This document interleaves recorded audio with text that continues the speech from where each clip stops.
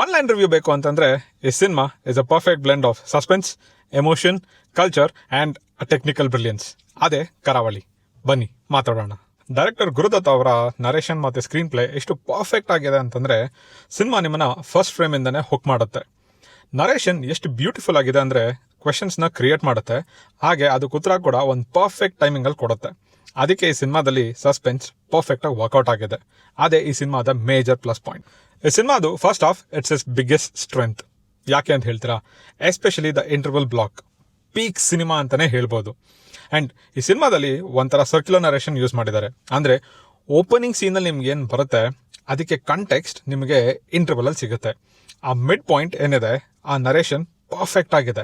ಅದಕ್ಕೆ ಈ ಸಿನಿಮಾದ ಸ್ಕ್ರೀನ್ ಪ್ಲೇ ತುಂಬ ಸ್ಟ್ರಾಂಗ್ ಆಗಿದೆ ಅಂತ ಹೇಳೋದು. ಆ್ಯಂಡ್ ಆ ಇಂಟರ್ವಲ್ ಬಂದಾಗ ಮಾತ್ರ 100% ಗೂಸ್ ಬಂಪ್ಸ್ ಮತ್ತು ವಿಷಲ್ಸ್ ಗ್ಯಾರಂಟಿ. ನನಗೆ ತುಂಬ ಇಷ್ಟ ಆಗಿದ್ದು ದ ಸೆಕೆಂಡ್ ಹಾಫ್. ಯಾಕಂದರೆ ಫಸ್ಟ್ ಹಾಫಲ್ಲಿ ಬರೋ ಬಿಲ್ಡಪ್ಸ್ನ ಎಲ್ಲೂ ಕೂಡ ಸೆಕೆಂಡ್ ಹಾಫಲ್ಲಿ ವೇಸ್ಟೇ ಮಾಡಿಲ್ಲ. ಮೋರ್ ಓವರ್ ಸೆಕೆಂಡ್ ಹಾಫಲ್ಲಿ ಎಮೋಷನ್ಸ್ನ ಸ್ಲೈಟಾಗಿ ಇನ್ಕ್ರೀಸ್ ಮಾಡಿ ಸಸ್ಪೆನ್ಸ್ನ ಮೇಂಟೈನ್ ಮಾಡ್ಕೊಂಬರ್ತಾರೆ. And that exactly pays off in the climax ಅಂತಲೇ ಹೇಳ್ಬೋದು. ಈ ಕನ್ಸಿಸ್ಟೆನ್ಸಿ ಇರೋದ್ರಿಂದನೇ ಈ ಸಿನಿಮಾ ನೆಕ್ಸ್ಟ್ ಲೆವೆಲ್ಗೆ ಎಲಿವೇಟ್ ಆಗಿದೆ. ಇನ್ನು ಈ ಸಿನಿಮಾದ ಕ್ಯಾಸ್ಟಿಂಗ್ ಬಗ್ಗೆ ಮಾತಾಡಬೇಕು ಅಂತಂದ್ರೆ ಪ್ರತಿಯೊಬ್ಬರು ಏನೇನು ಆಯ್ಕೆ ಮಾಡಿದ್ದಾರೆ ಪರ್ಫೆಕ್ಟ್ ಆಗಿ ಆಕ್ಟ್ ಮಾಡಿದ್ದಾರೆ. ಸಪೋರ್ಟಿಂಗ್ ಕ್ಯಾರೆಕ್ಟರ್ಸ್, ಲೀಡ್ ಕ್ಯಾರೆಕ್ಟರ್ಸ್ ಯಾರೇ ಆಗಿದ್ರು ಕೂಡ ಸ್ಕ್ರೀನ್ ಪ್ಲೇಗೆ ಮತ್ತು ಸ್ಟೋರಿಗೆ ಕರೆಕ್ಟಾಗಿ ಫಿಟ್ ಇನ್ ಆಗಿದ್ದಾರೆ. ನನಗೆ 3 ಕ್ಯಾರೆಕ್ಟರ್ ಸ್ಟ್ಯಾಂಡ್ ಔಟ್ ಆಯಿತು. ಪ್ರಜ್ವಲ್ ದೇವರಾಜ್, ಮಿತ್ರ ಮತ್ತು ರಮೇಶೇಂದ್ರ ಅವರು.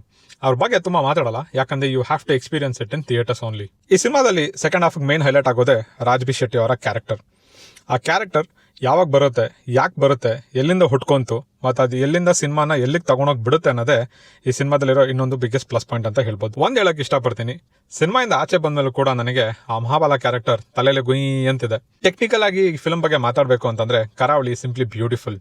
ಅಭಿಮನ್ಯು ಅವರ ಸಿನಿಮಾಟೋಗ್ರಫಿ ಆಗಿರ್ಬೋದು, ಇಲ್ಲ ಸಚಿನ್ ಬಸ್ರು ಅವರ ಮ್ಯೂಸಿಕ್ ಡೈರೆಕ್ಷನ್ ಆಗಿರ್ಬೋದು, ಈ ಫಿಲಮ್ಗೆ ಒಂಥರ ಸ್ಪೈಸಸ್ ಮಿಕ್ಸ್ ಮಾಡ್ದಂಗೆ ಪರ್ಫೆಕ್ಟ್ ಆಗಿ ಬ್ಲೆಂಡ್ ಆಗಿದೆ ಅಂತಲೇ ಹೇಳ್ಬೋದು. ಕಂಬಾಳ ಸೀನ್ಸು ಸಿನಿಮ್ಯಾಟಿಕ್ ವ್ಯೂ ಆಗಿರ್ಬೋದು, ಇಲ್ಲ ಕೋಸ್ಟಲ್ ರೀಜನ್ದು ಸಿನಿಮ್ಯಾಟಿಕ್ ವ್ಯೂ ಆಗಿರ್ಬೋದು, top notch quality. And Sachin Basrur ಅವರು ಕೂಡ ಪರ್ಫೆಕ್ಟ್ ಆಗಿ ಮ್ಯೂಸಿಕ್ ಬ್ಲೆಂಡ್ ಮಾಡಿದ್ದಾರೆ. ಎಲ್ಲಿ ಮಾಸ್ ಎಲಿವೇಷನ್ಸ್ಗೆ BGM ಬೇಕೋ ಅಲ್ಲಿ ಕರೆಕ್ಟಾಗಿ BGM ಕೊಟ್ಟಿದ್ದಾರೆ. ಹಾಗೂ ಎಲ್ಲಿ ಸಸ್ಪೆನ್ಸಿಗೆ ಸೈಲೆನ್ಸ್ ಮೇಂಟೈನ್ ಮಾಡಬೇಕೋ ಅಲ್ಲಿ ಅದನ್ನು ಕ್ಲೀನಾಗಿ ಮೇಂಟೈನ್ ಮಾಡಿದ್ದಾರೆ. That's the reason fabulous technicians gives you a fabulous output ಅಂತ ಪ್ರೂವ್ ಮಾಡಿದ್ದಾರೆ. ಮತ್ತೆ ಕಂಬಾಳ ಸೀಕ್ವೆನ್ಸಸ್ ಅದಂತೂ ಒಂದು ಸಿನಿಮ್ಯಾಟಿಕ್ ಸ್ಪೆಕ್ಟಕಲ್ ಅಂತಲೇ ಹೇಳ್ಬೋದು. ಕ್ಯಾಮ್ರಾ ಮೂವ್ಮೆಂಟ್ಸ್, ಕ್ಯಾಮ್ರಾ ಆ್ಯಂಗಲ್ಸ್ ಆಗಿರ್ಬೋದು, ಎಡಿಟಿಂಗಲ್ಲಿ ರಿದಮ್, ಸೌಂಡ್ ಡಿಸೈನ್ ಎಲ್ಲ ಪರ್ಫೆಕ್ಟಾಗಿ ಮಿಕ್ಸ್ ಆಗಿ ನಿಮ್ಗೊಂದು ಒಳ್ಳೆ ಇಮರ್ಸಿವ್ ಎಕ್ಸ್ಪೀರಿಯನ್ಸ್ ಕೊಡುತ್ತೆ ಸ್ಕ್ರೀನ್ ಮೇಲೆ ಅದು ಬಂದಾಗ. With strong direction, memorable performances and technically executed well made commercial movie delivers Kannada ಇಂಡಸ್ಟ್ರಿಗೆ ಮಚ್ ನೀಡೆಡ್ ಕಮರ್ಷಿಯಲ್ ಮೂವಿ ಅಂತ ಹೇಳ್ಬೋದು. ಈ ವೀಕೆಂಡ್ ನಿಮಗೆ ಸಸ್ಪೆನ್ಸ್ ಥ್ರಿಲ್ಲರ್ಸ್ ಮತ್ತು ಡ್ರಾಮಾಸ್ ಬೇಕು ಅಂತಂದರೆ Karavali is a must watch in the theatres ಅಂತ ಹೇಳ್ತೀವಿ. ಇದಾಗಿತ್ತು ನನ್ನ ಒಪಿನಿಯನ್ ಕರಾವಳಿ ಸಿನಿಮಾದ ಬಗ್ಗೆ. Signing off, Kannada film analyst from Karnataka for the world.